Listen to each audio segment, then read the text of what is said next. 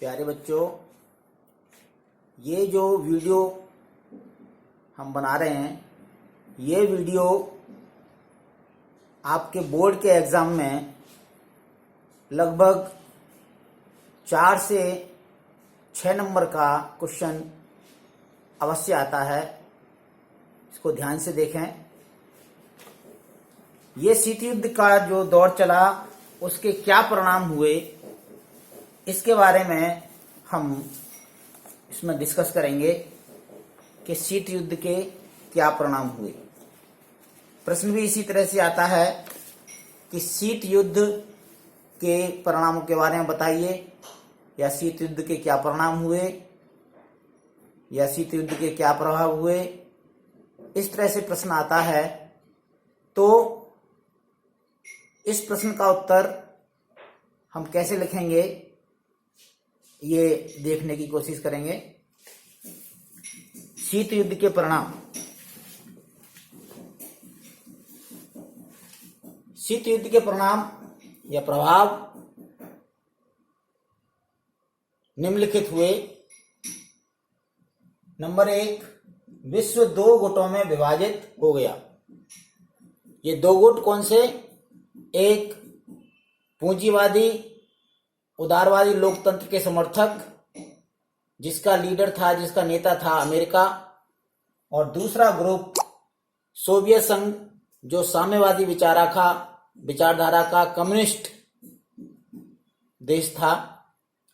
उसके समर्थक जो देश थे वो दूसरा गुट था। पहले गुट को हम बोलते हैं पहली दुनिया, और ये दूसरा साम्यवादी जो गुट था उसको हम बोलते हैं दूसरी दुनिया। दूसरा प्रभाव हुआ उसका यूरोप का विभाजन। बच्चों, द्वितीय विश्व युद्ध के बाद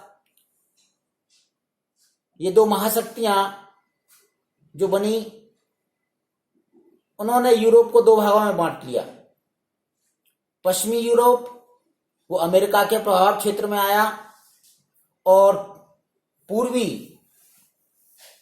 पूर्वी यूरोप जो था वो आया आपके सोवियत संघ के प्रभाव में।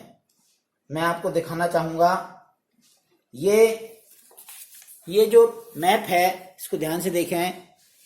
ये पश्चिमी यूरोप के देश हैं सारे, और ये जो पीले पीले दिख रहे हैं ये सारे पश्चिमी यूरोप के देश हैं। इधर जो देश हैं वो सोवियत संघ के प्रभाव में आए। ये पोलैंड, चेकोस्लोवाकिया, पूर्वी जर्मनी, हंगरी, रोमानिया, बुल्गारिया इत्यादि देश ये सोवियत संघ के प्रभाव क्षेत्र में आए। और इस तरह से पूरा यूरोप जो था, ये यूरोप है पूरा, यहां से यहां तक, इतना यहां तक, ये 2 भागों में बट गया। जो पीले कलर का दिख रहा है ये क्षेत्र है जो अमेरिका के प्रभाव में आया।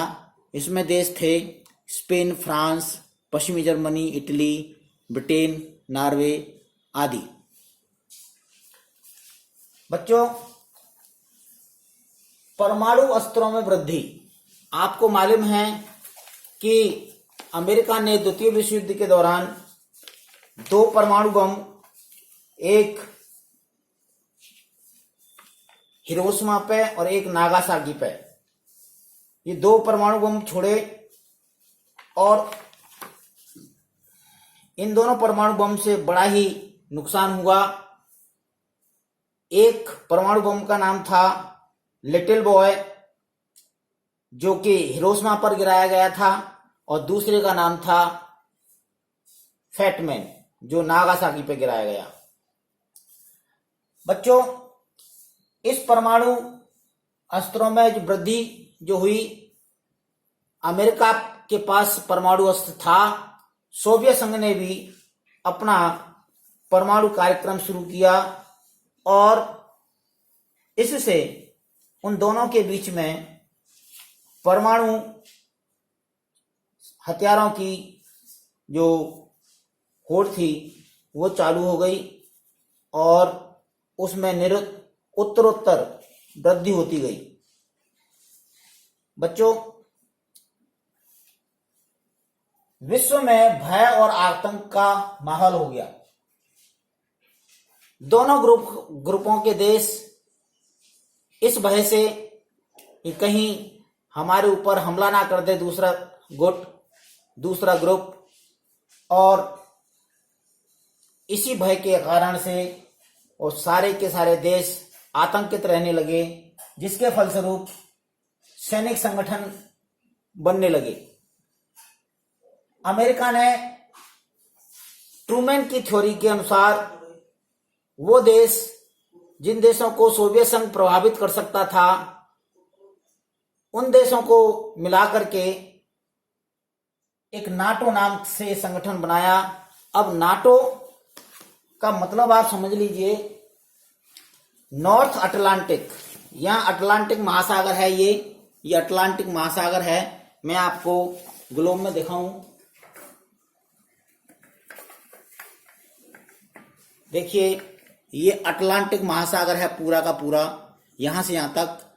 ऊपर ये नॉर्थ है, नीचे साउथ है। इधर चलेंगे तो ईस्ट है, इधर चलेंगे तो वेस्ट। ये समझ लीजिए, ऊपर नॉर्थ है, नीचे साउथ है। इस साइड में चलेंगे तो ईस्ट है, इस साइड में चलेंगे तो वेस्ट है। ये पूरब, इधर पश्चिम, ऊपर उत्तर, ये दक्षिण। तो ये नॉर्थ अटलांटिक, देखिए यहां लिख रहा है नॉर्थ अटलांटिक ओशन। इसमें जितने भी देश आते थे, ये इन सब देशों को मिलाकर के ये एक संगठन बना जिसका नाम है नाटो, अर्थात नॉर्थ अटलांटिक ट्रीटी ऑर्गेनाइजेशन। इस नाम से एक संगठन बना। नॉर्थ का मतलब उत्तरी, A for Atlantic, treaty organisation.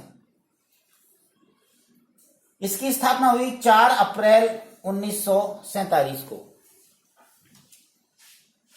और ये सोवियत संघ को काउंटर करने के लिए अपने जो गठबंधन के देश थे उनकी सुरक्षा के लिए ये सैनिक संगठन बना। दूसरा संगठन बनाया उन्होंने सीटो, इसका अर्थ है South East Asia treaty organisation. अब एशिया को देखेंगे जरा हम, तो ये एशिया है, यहां से एशिया शुरू हो जाता है, यहां पे यूरोप है, ये यूरोप है, और ये पूरा का पूरा यूरोप है। इधर चलेंगे तो ये एशिया है। अब एशिया में ईस्ट की तरफ चल रहे हैं, और ईस्ट में भी ये साउथ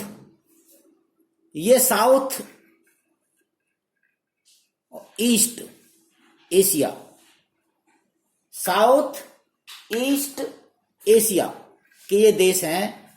और इनमें कौन कौन से देश शामिल हैं? वियतनाम, थाईलैंड, इंडोनेशिया, फिलीपींस,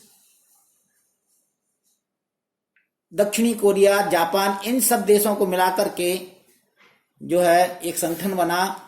ये अमेरिका के नेतृत्व में बना, और ये संगठन भी एक सैनिक संगठन था जिसका उद्देश्य था कि सोवियत संघ के प्रभाव से बचा जाए। अगर सोवियत संघ हमला करता है तो उसको काउंटर किया जाए, सारे देश मिलकर के उसका मुकाबला करेंगे।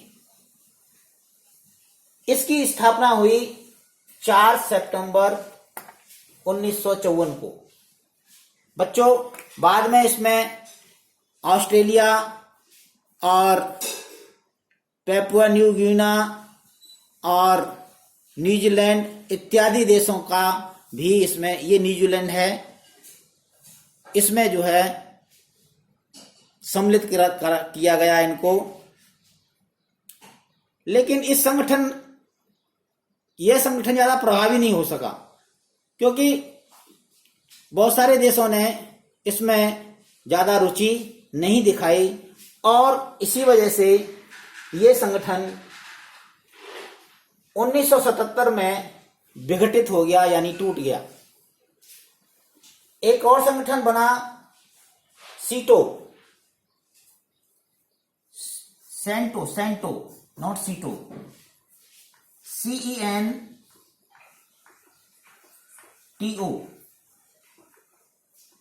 CEN मतलब central treaty organisation. Central treaty organisation जो था वो बच्चों ये बना था पाकिस्तान दिख रहा होगा आपको, पाकिस्तान, ईरान, इराक, टर्की, ये सारे देश मिलकर के, ये सेंट्रल के देश हैं, सेंट्रल एशिया भी बोल सकते हैं इसको, या पश्चिमी एशिया भी बोल सकते हैं। इनके साथ यूके, इसमें जो हेल्प कर रहा था वो अमेरिका कर रहा था, लेकिन वो खुद शामिल नहीं हुआ इसमें। कारण ये था कि इन मुस्लिम कंट्रियों से इजराइल, जो कि अमेरिका की एक बहुत बड़ी लॉबी है, इजराइल की यहूदी लॉबी, वो जो है अमेरिका से जो है नाराज हो जाती, इसलिए अमेरिका इस गठबंधन में शामिल नहीं हुआ। और ये भी एक सैनिक संगठन था। ये संगठन भी जो है 1979-79 में विघटित हो गया, यानी टूट गया। अब ये संगठन थे अमेरिका के, तो सोवियत संघ ने भी अपने समर्थित देशों की सुरक्षा के लिए एक वारसा पैक्ट, वारसा जो है पोलैंड में एक जगह है वारसा, और उस वारसा में जो है एक गठबंधन किया जिसको वारसा पैक्ट के नाम से जानते हैं। इसमें वो सारे देश जो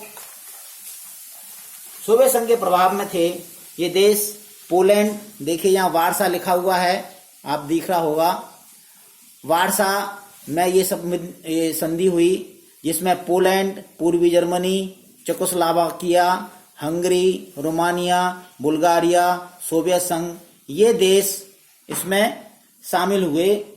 और अमेरिका को, और अमेरिका के जो समर्थक देश थे उनको काउंटर करने के लिए, उनके साथ संघर्ष करने के लिए, अपनी विचारधारा को बचाने के लिए ये देश शामिल हुए। साथ में सोवियत संघ ने चीन के साथ भी अपना सहयोग बढ़ाया। उत्तरी वियतनाम, उत्तरी कोरिया, इराक, इनके साथ भी सैनिक गठबंधन किया। तो बच्चों ये 5 प्रभाव आपने ये देखे। छठा है यूएनओ और सुरक्षा परिषद प्रभावहीन हो गया। बच्चों जब द्वितीय विश्व युद्ध के बाद युद्धों को रोकने के लिए,